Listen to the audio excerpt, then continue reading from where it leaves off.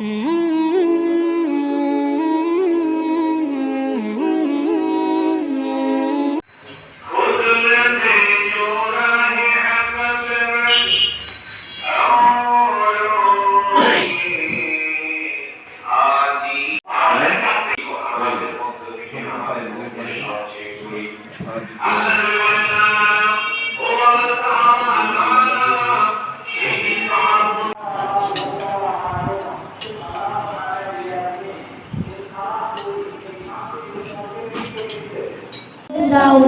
মুক্ত পাখি ও আমার পরাণ পাখি, বেশি দিন নাই রে বাকি।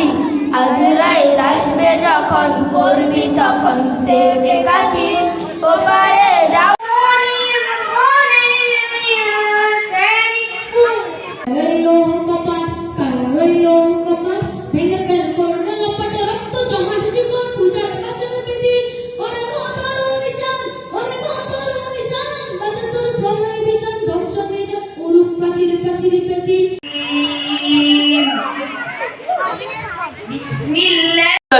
এবং সেটা আপনার কিয়ামতের দিন সে যে উসিলা হবে, সেই বাচ্চাটা কি আপনার নাজাতের উসিলা হবে, সেটাও কোনো গ্যারান্টি নেই।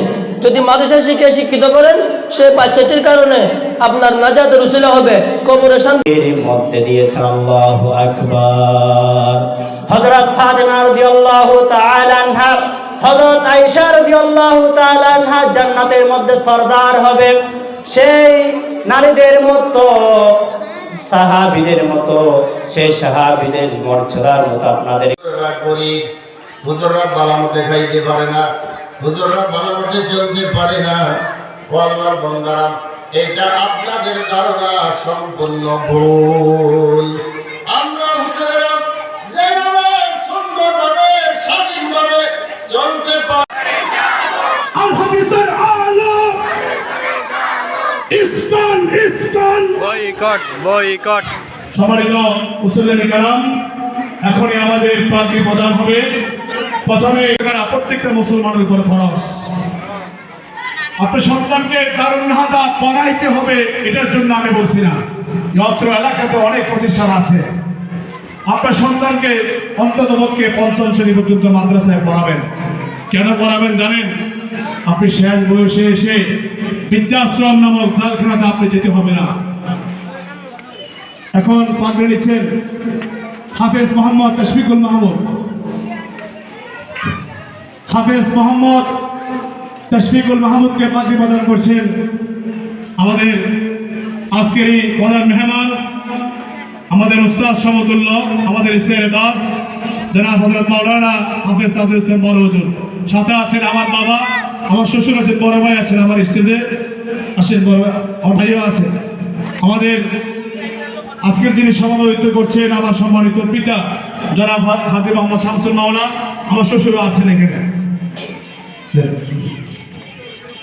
এরপরে আব্দুল মুত্তাকিব তাহসিন সিরিয়াল আসো। এরপরে মাহিদুর রহমান, এরপরে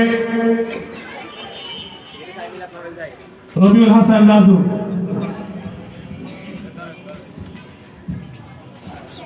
প্রিয় উপস্থিতি, এরকম সম্মানিত মা বাবার পিতারা আপনারা কি হতে চান না? ইনশাআল্লাহ ইনশাআল্লাহ। এখন অনেক কোরআনের হাফেজ আছে, অনেক বড় ডক্টর, অনেক কোরআনের হাফেজ আছে, বাংলাদেশের সরকারি উকিল, অনেক বড় হাফেজ আছে। এই জামানার আমাদের জজ সাহেব, অনেক বড় হাফেজ সাহেব আছে। এই জামানার অনেক জায়গায়, বিভিন্ন জায়গায় বড় বড় দায়িত্ব আছে। কারণ মাদ্রাসা শিক্ষা ব্যবস্থা যদি আগের মতো থাকতো তাহলে আপনারা টেনশন করতে পারতেন। এখন বিভিন্ন মাদ্রাসা থেকে আপনারা ঘুরে দেখবেন, পরিবেশ এখন অনেক উন্নত। তাই আসুন আপনার সন্তানগুলোকে দ্বীনি ইলম শিক্ষার জন্য আপনারা নিয়োগ করেন। আমাদের মাদ্রাসার একটা বাণী আছে, সন্তান মহান আল্লাহর এক বড় প্রদত্ত নিয়ামত। সন্তান মহান আল্লাহর প্রদত্ত এক বড় নিয়ামত। তাকে দ্বীনি আদর্শে গড়ে তুলতে ব্যর্থ হলে মহান রবের নিকট কঠিন জবাবদিহিতা করতে হবে। কারণ কালকে আমাদের ময়দানে আপনার সন্তান আপনার বিরুদ্ধে সাক্ষী দিবে, আপনার মেয়ে আপনার বিরুদ্ধে সাক্ষী দিবে। আপনার সন্তান বলবে, আজকে আমি জাহান্নামী হয়েছি আমার মার কারণে, আজকে আমি জাহান্নামী হয়েছি আমার বাবার কারণে, আজকে আমি জাহান্নামী হয়েছি আমার বড় ভাইয়ের কারণে। আজকে ওনাদেরকে আগে জাহান্নামের দরজায় শোয়ায় দেন, তারপরে আমি জাহান্নামে যাব। ও আমার মুসলমান ভাইরা, ও আমার প্রিয় মুসলিম কেরাম, আসুন আপনার সন্তানকে দ্বীনি শিক্ষায় শিক্ষিত করুন।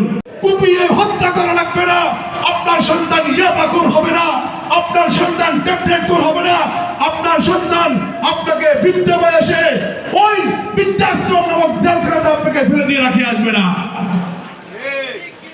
বাবার ভাইরা, দুনিয়া এখন অনেক কঠিন হয়ে যাচ্ছে। আধুনিকতার ছোঁয়ায় فوزا عظيما صدق الله مولانا العظيم حضرت علماء کرام সন্তান মহান আল্লাহর এক বড় প্রদত্ত নিয়ামত। সন্তান মহান আল্লাহর প্রদত্ত এক বড় নিয়ামত। তাকে তিনি আদর্শে গড়ে তুলতে ব্যর্থ হলে মহান রবের নিকট কঠিন জবাবদিহিতা করতে হবে। কারণ কালকে আমাদের ময়দানে আপনার সন্তান আপনার বিরুদ্ধে সাক্ষী দিবে, আপনার মেয়ে আপনার বিরুদ্ধে সাক্ষী দিবে। আপনার সন্তান বলবে, আজকে আমি জাহান্নামী হয়েছি আমার মার কারণে, আজকে আমি জাহান্নামী হয়েছি আমার বাবার কারণে, আজকে আমি জাহান্নামী হয়েছি আমার বড় ভাইয়ের কারণে।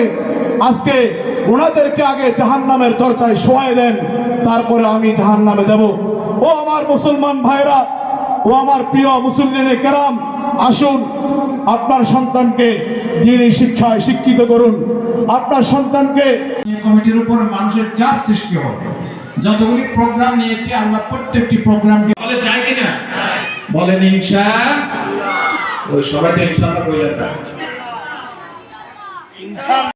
গভীর রাতে আমরা কতগুলো গুনাহগার বান্দা আপনার শাহী দরবারে হাত উঠালাম।